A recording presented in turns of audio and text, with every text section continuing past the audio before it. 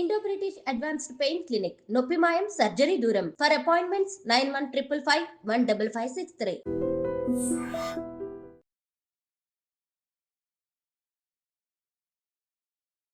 Welcome to iDream media. So జనరల్గా మోకాల నొప్పుల సమస్యలు ఉన్న వాళ్ళు రకరకాల ట్రీట్మెంట్స్ తీసుకున్న రకరకాల మందులు వాడినా కానీ సో మోకాల నొప్పులు మళ్ళీ వస్తూ ఉంటాయి. అయితే రొటీన్గా ఒక రకమైన వాక్ చేయడం వల్ల ఈ మోకాల నొప్పుల్ని ఈజీగా తగ్గించుకోవచ్చట. సో ఈ మాట చెప్తుంది ఎవరో కదో యోగా నిపుణులు అరుణాదేవి గారు. మరి పూర్తి వివరాలు తెలుసుకుందాం. మేడం నమస్తే అండి. నమస్తే. సో జనరల్గా మోకాల నొప్పులు సమస్య మ్యాక్సిమం అందరు నివేదించే సమస్య ఇది.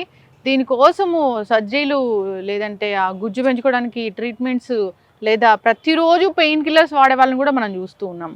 అయితే మీరు ఏం చెప్పారంటే ఇది రాకుండా ఒక వాక్ ఉంది, వచ్చాక తగ్గించుకోవడానికి ఒక వాక్ ఉందని చెప్పారు. అంటే నడకతోని నిజంగా మోకాల నొప్పులకి చిక్ పెట్టవచ్చా? ఇది ఏమి మనం నడిచేటప్పుడు కిలోమీటర్లు నడవకూడదు. యాక్చువల్గా మోకాళ్ళ నొప్పులు ఉన్న వాళ్ళు ఎక్కువ నడవద్దు. ఎక్కువ నడిస్తే చాలా తొందరగా అరిగిపోతూ ఉంటాయి మన బోన్స్. ఎందుకంటే ఆల్రెడీ డెఫిషియన్సీ ఉంది, మనకి మినరల్ డెఫిషియన్సీ ఉంటుంది ఖచ్చితంగా. ఆల్రెడీ అరిగి ఉంటాయి. తర్వాత దాంట్లో ఉన్న ఫ్లూయిడ్ తక్కువగా ఉంటుంది. సో ఇలాంటి ప్రాబ్లమ్స్ ఉన్నప్పుడు ఇంకా కొంచెం బరువు ఉన్నారనుకో, సపోజ్ ఎక్కువ బరువు ఉంటే ఆ బరువు పడి ఎక్కువ బరువు ఉన్న వాళ్ళు కూడా ఎక్కువ నడవకూడదు. నడిస్తే ఆ బరువు అంతా మోకాళ్ళ మీద పడుతుంది. అందుకని ఒక ఏజ్ వచ్చిన తర్వాత మనం మోకాళ్ళని చాలా జాగ్రత్తగా చూసుకోవాలి. స్ట్రెంథనింగ్ చేసుకోవాలి. నీ స్ట్రెంథనింగ్ అని అంటామట. నీ స్ట్రెంథనింగ్లో కొన్ని ఆసనాస్ ఉన్నాయి, కొన్ని స్ట్రెచింగ్స్ ఉన్నాయి. అలాగే ఇలా నడిచేటప్పుడే మనం ఆల్ డిఫరెంట్ యాంగిల్స్లో నడవడం వలన ఆ మోకాల చుట్టూ ఉన్న ఈ క్యాప్ ఏదైతే ఉందో, ముందు ఉన్న మజిల్స్, మోకాల పక్కన ఉన్న మజిల్స్, ఆ టెండాన్స్ అంటే లిగ్మెంట్స్, ఇవన్నీ కూడా మనం స్ట్రెంథన్ చేసుకోవాలి. అలాగే మళ్ళీ కొంచెం ఆహారం ద్వారా కూడా మనకి ఆ లోపల అరుగుదలను తగ్గించేటట్టుగా మినరల్స్ డెఫిషియన్సీ నేను చెప్పాను.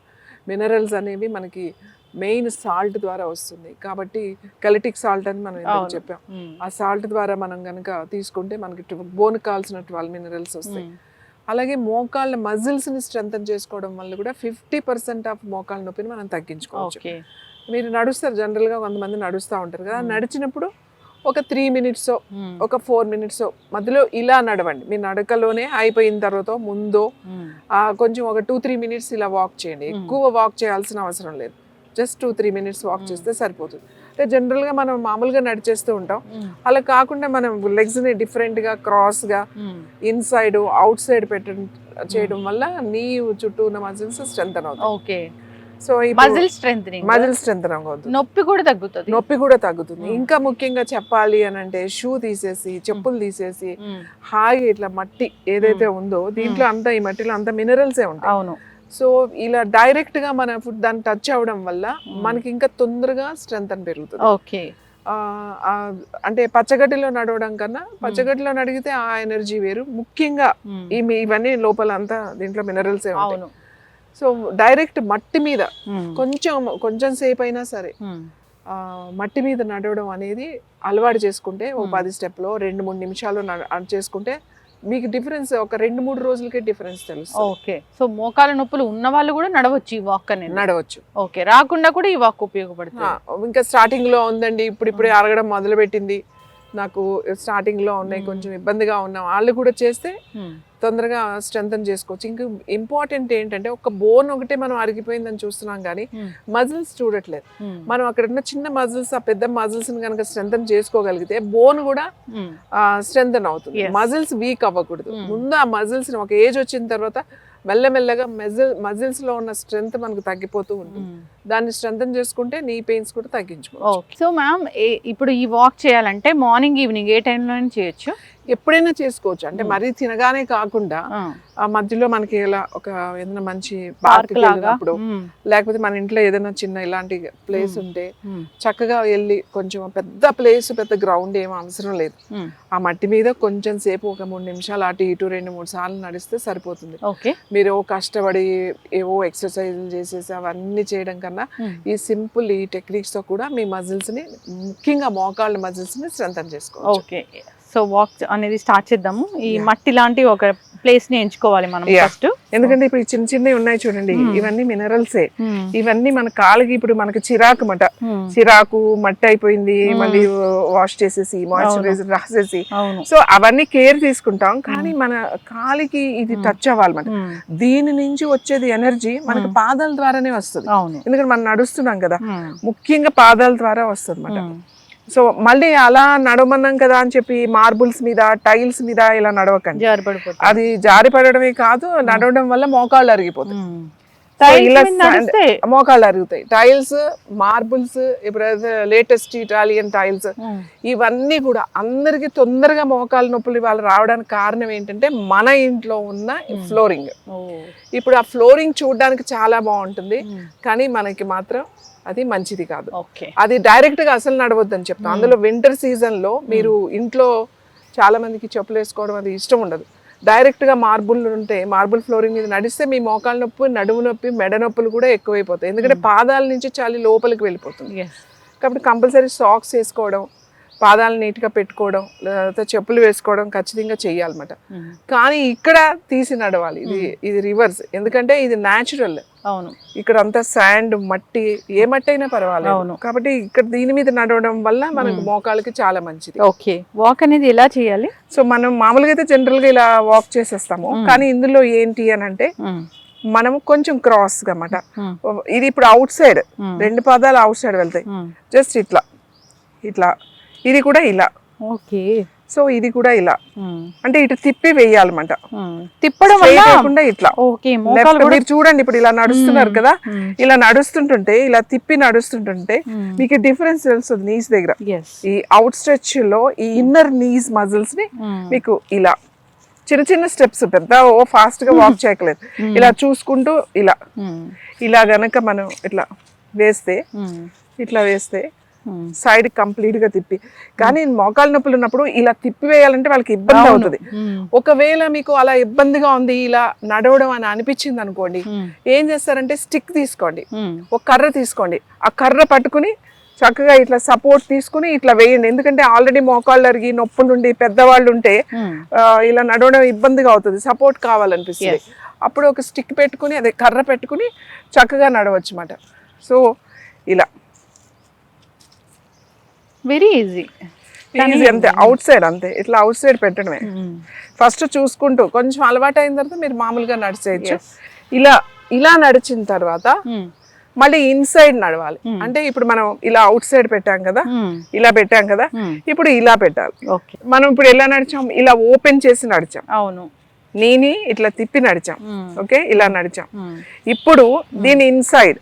ఓకే, సో ఇది ఇలా వేసాము, ఇది కూడా ఇలానే వేయాలి, ఇది కూడా ఇలానే వేయాలి. ఇట్లా తిప్పి ఇట్లా ఇట్లా ఇలా కొంచెం క్రాస్ చేసి, సో అది తెలుస్తుంది మీకు.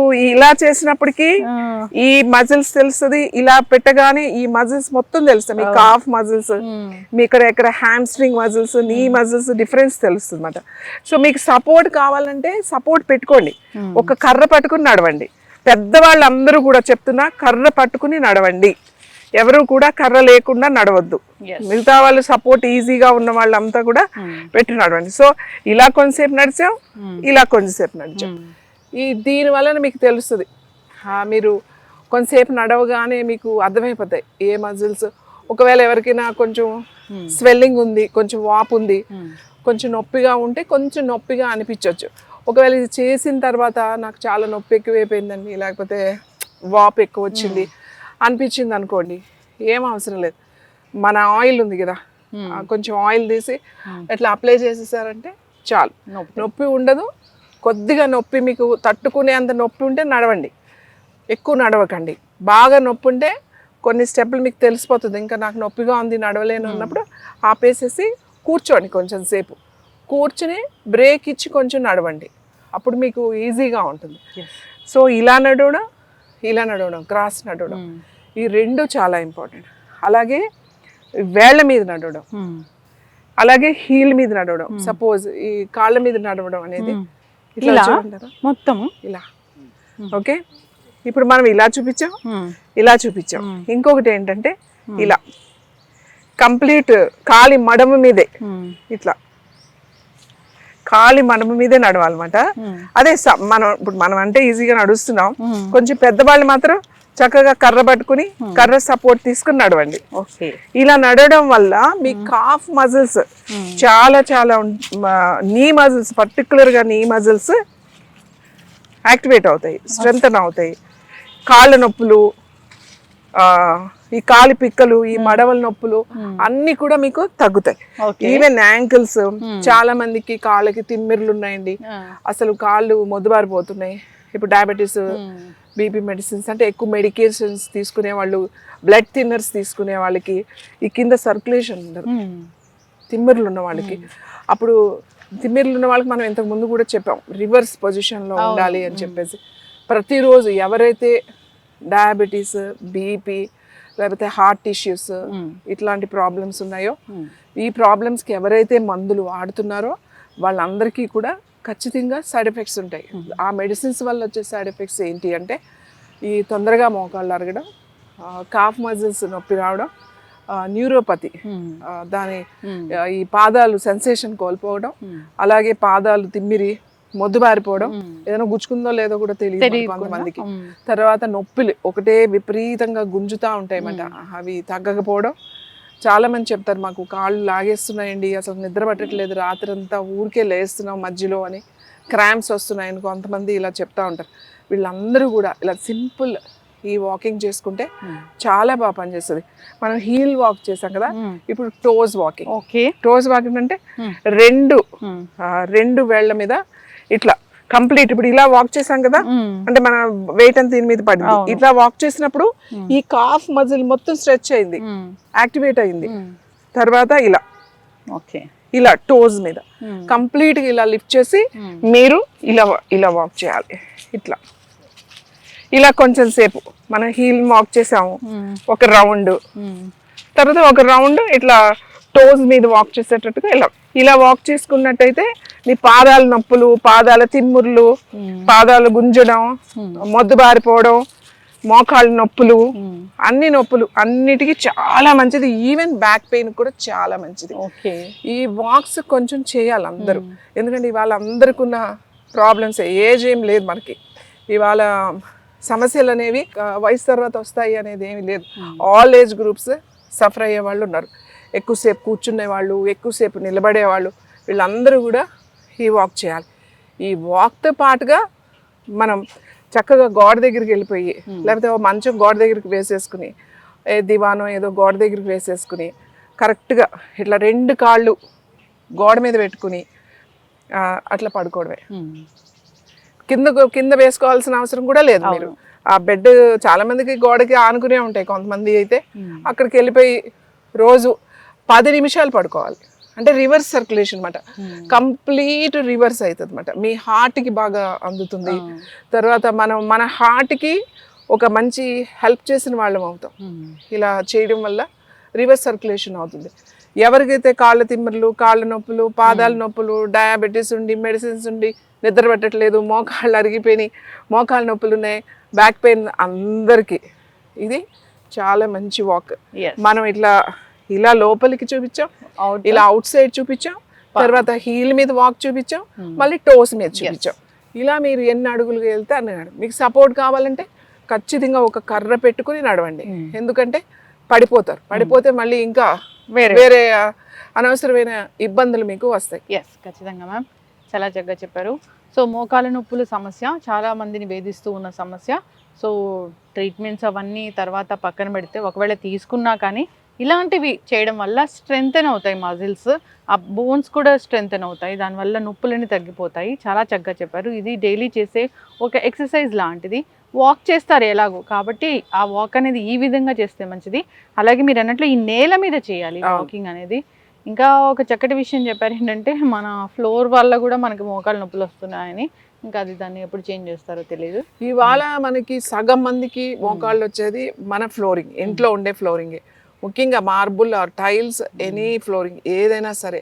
ఇప్పుడు ఇంతకు ముందు అయితే సిమెంట్ ఉండేది, అంతా అయితే నాపరాళ్ళు అని చెప్పేసి కడప బండ్లని, లేకపోతే తాండూరు బండలు అని చెప్పి ఇట్లా అట్లాంటివి వేసుకునేవాళ్ళు, లేకపోతే సిమెంట్ చేసేవాళ్ళు, కలర్స్ కలిపి అట్లా మంచి ఫ్లోరింగ్ చేసేవాళ్ళు. ఇంకా కొంచెం టైల్స్ లాంటి వేరే అదర్ ఉండేవి అన్నమాట. కానీ ఇప్పుడు ఉన్న పరిస్థితిలో మన మోకాళ్ళు చాలా తొందరగా అరిగిపోతాయి. ఎందుకంటే మన మార్బుల్స్ ఇటాలియన్ మార్బుల్స్ అని ఇంకా ఏవేవో వస్తున్నాయి, ఫ్లోరింగ్స్ ఎక్స్పెన్సివ్. ఇవి చూడడానికి చాలా మెరిసిపోతూ ఉంటాయి ఆ లైట్స్ లో. మనం నడిస్తే మచ్చబడిపోతుందేమో అన్నట్టు ఉంటది, కానీ మన మోకాళ్ళకి మంచిది కాదు. చాలా జాగ్రత్తగా నడవాల్సి వస్తుంది. ఎక్కడ పడిపోతామో, ఎక్కడ ఈ టైల్స్ మీద నడుస్తున్నాం అనేది మన మైండ్ ఒకటి నోట్ చేసుకుని ఉంటుంది. మన నడక మారిపోతుంది వాటి మీద. ఈ నడక మారిపోవడం వల్ల ఈ మోకాళ్ళు ముఖ్యంగా దెబ్బతింటది. ఎస్, ఖచ్చితంగా మ్యామ్, చాలా చక్కటి ఇన్ఫర్మేషన్. సో ముందు అయినా దీన్ని ఫ్లోరింగ్ అనేది మార్చే ప్రయత్నం చేయాలని కోరుకుందాం. చాలా చక్కటి ఇన్ఫర్మేషన్ అండి. వాకింగ్ ఎలా ఉండాలి, మోకాళ్ళ నొప్పులు ఉన్న వారు తగ్గించుకోవడానికని చక్కగా చెప్పారు. అందరు కూడా ఇది ఏముంది, వెరీ సింపుల్ వాక్. సో అది ప్రాక్టీస్ చేయాలని కోరుకుందాం. చక్కటి ఇన్ఫర్మేషన్. ధన్యవాదాలు. నమస్తే.